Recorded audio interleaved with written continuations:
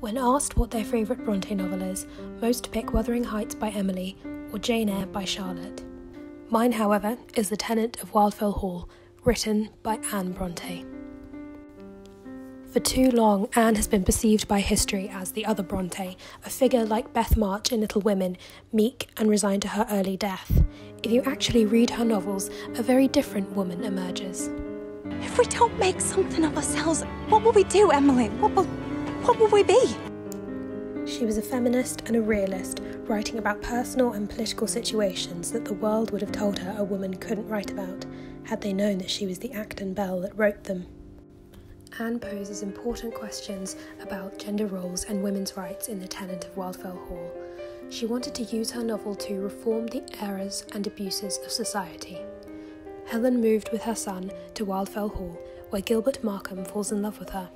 Her secret past is finally revealed to him, that she is married and has run away from her abusive husband. English law in the 19th century gave a husband control over his wife.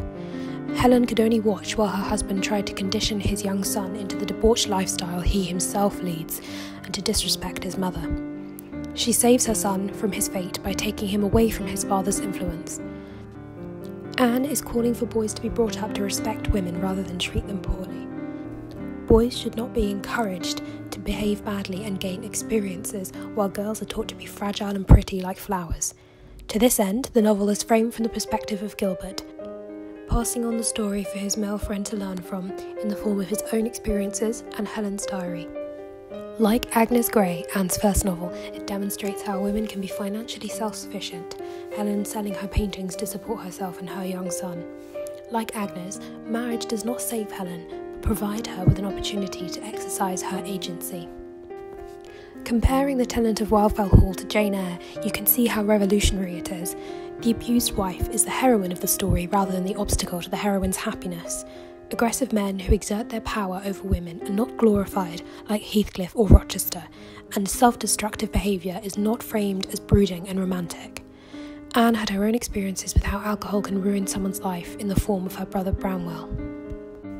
Helen gets a choice between destructive love and a second chance at happiness with a man who is not perfect, but her choice. The novel arguably is the source of the first ever rom-com run, Gilbert travelling for miles to profess his love for Helen and relinquishing the potential power he would have over her. The novel's relative lack of exposure compared to some of its more famous cousins is down to Charlotte.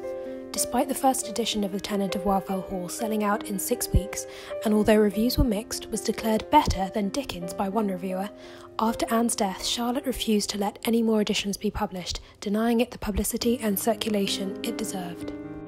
In addition, Charlotte tried to edit Anne's legacy by destroying swathes of Anne and Emily's work after their deaths, including most of the works from Anne and Emily's shared word of Gondal.